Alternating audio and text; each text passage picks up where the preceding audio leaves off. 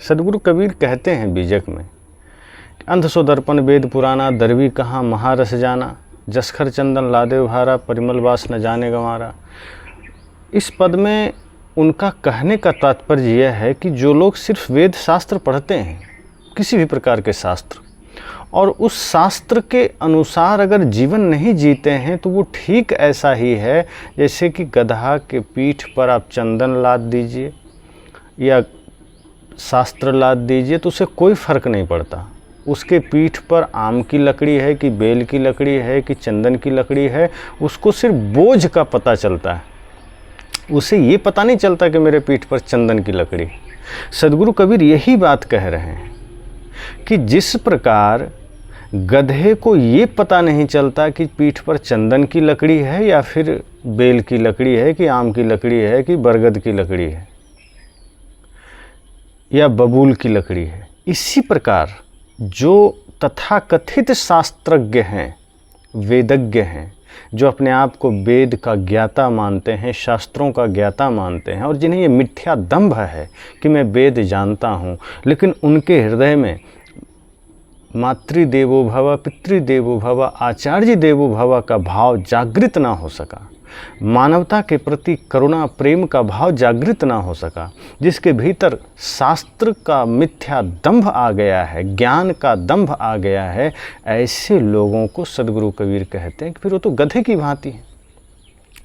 इन्हीं विचारों को सुनकर के कुछ तथाकथित ब्राह्मणवादी व्यवस्था के पोषक लोग झल्ला जाते हैं।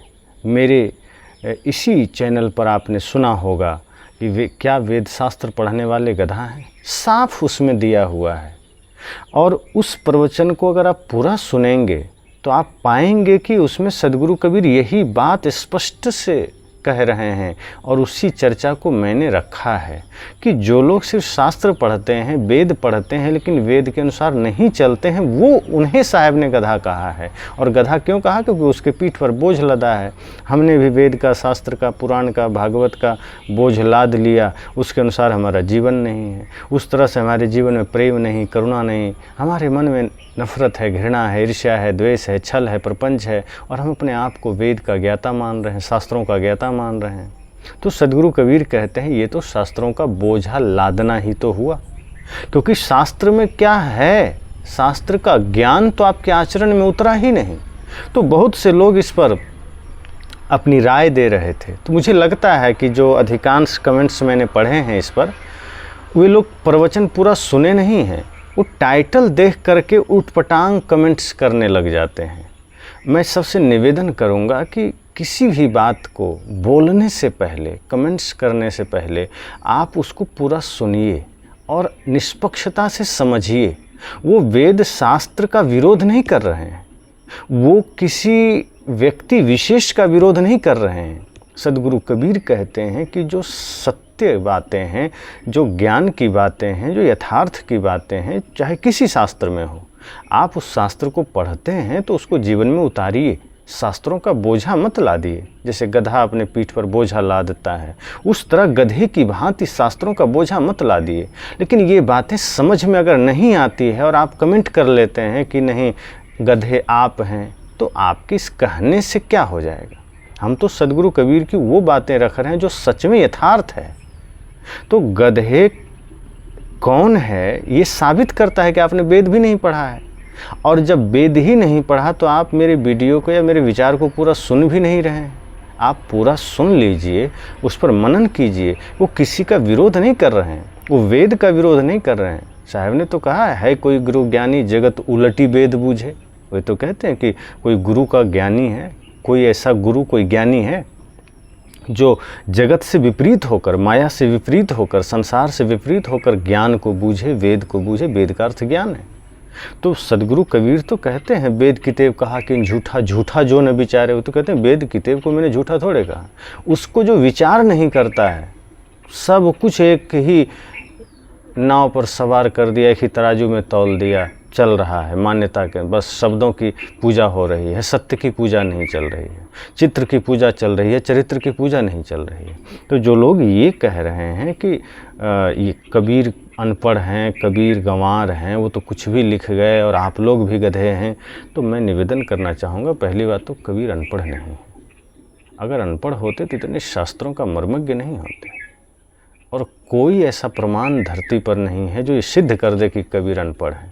और जिन विद्वानों ने कहा है वो अपनी मूर्खता साबित किया है, क्योंकि कबीर का ज्ञान कबीर परंपरा से ज़्यादा विद्वानों को नहीं हो सकता है। वो शास्त्र पढ़कर विद्वान बने हैं, और सदगुरु कबीर की परंपरा में कबीर के ही अनुयायियों से जो ज्ञान आया है, श्रुत ज्ञान, उससे पता चलता है कि सदगुरु कबीर अनपढ़ भी नहीं थे, परम ज्ञानी थे, दिव्य ज्ञानी थे, महानतम संत थे। और अध्ययन उनको शास्त्रों का निश्चित ही रहा होगा और था, इसमें निश्चित ही वो सभी शास्त्र पढ़े होंगे, वेद शास्त्र, पुराण, सारे शास्त्र उन्होंने पढ़ा होगा, अन्य कुरान आदि को भी पढ़ा होगा, तभी इतनी तथ्यात्मक बातें वो रख रहे हैं। और कुछ लोग कहते हैं अगर वेद झूठा है तो बीजक भी झूठा है, जैसे वेद मात्र शब्द है तो बीजक भी शब्द है।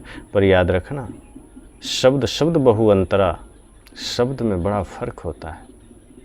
कुछ शब्द ही तो है, गाली सुनकर के मुख मलिन क्यों हो जाता है, और प्रशंसा के शब्द सुनकर मुख प्रसन्न क्यों हो जाता है। तो वेद भी शब्द हैं, बीजक भी शब्द हैं, लेकिन बीजक वो यथार्थ शब्द है जो जीवन के अंधकार को मिटा करके, जीवन में फैले अंधकार को मिटा करके प्रकाश ले आता है। मैं नहीं कहता कि वेद में झूठी चीज़ें हैं, लेकिन कहीं कहीं ऐसी चीज़ें हैं जो मानवता का विरोधी शब्द है। जैसे वेद में चर्चा आई है, विराट भगवान की चर्चा, श्लोक स्मरण नहीं है, अर्थ में बता दूं कि ब्राह्मण विराट भगवान के मुख से पैदा हुआ, क्षत्रिय बाह भुजाओं से पैदा हुआ, वैश्य जंघा से पैदा हुआ, शूद्र चरण से पैदा हुआ, पैर से। तो इस तरह की कुछ बातें आई है।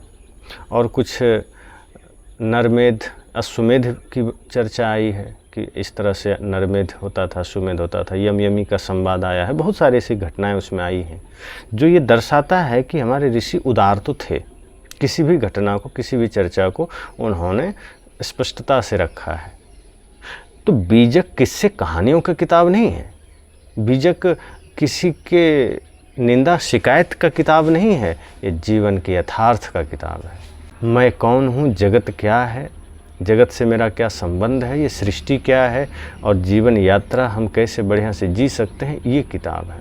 तो शब्द शब्द में वही फ़र्क होता है। कबीर के शब्द साधारण नहीं है, कबीर के शब्द सत्यों से सजाया हुआ है। सदगुरु कबीर के शब्द सत्य से परिपूर्ण है।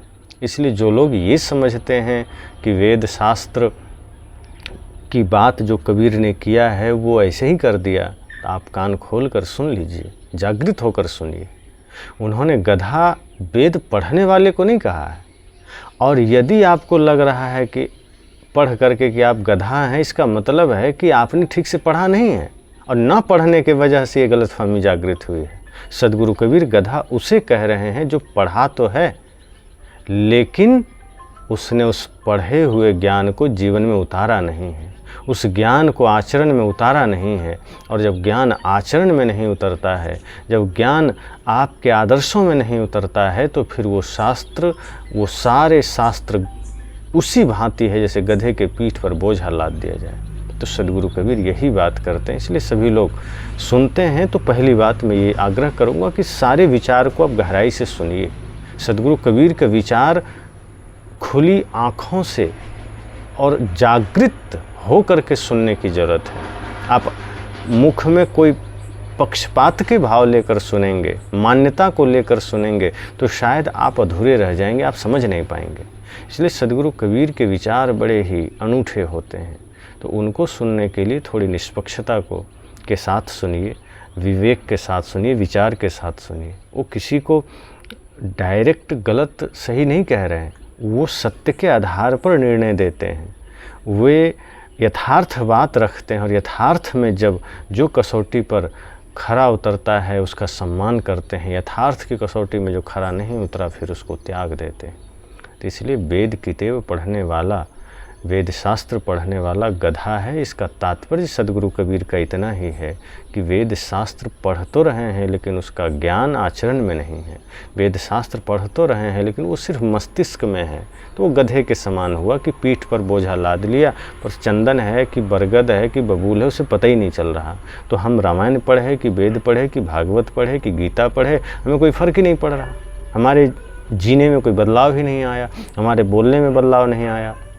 ऐसे बहुत से लोग हैं जो मांस खाते हैं वेद पढ़ते हैं, ऐसे बहुत से लोग हैं जो गीता पढ़ते हैं मांस खाते हैं।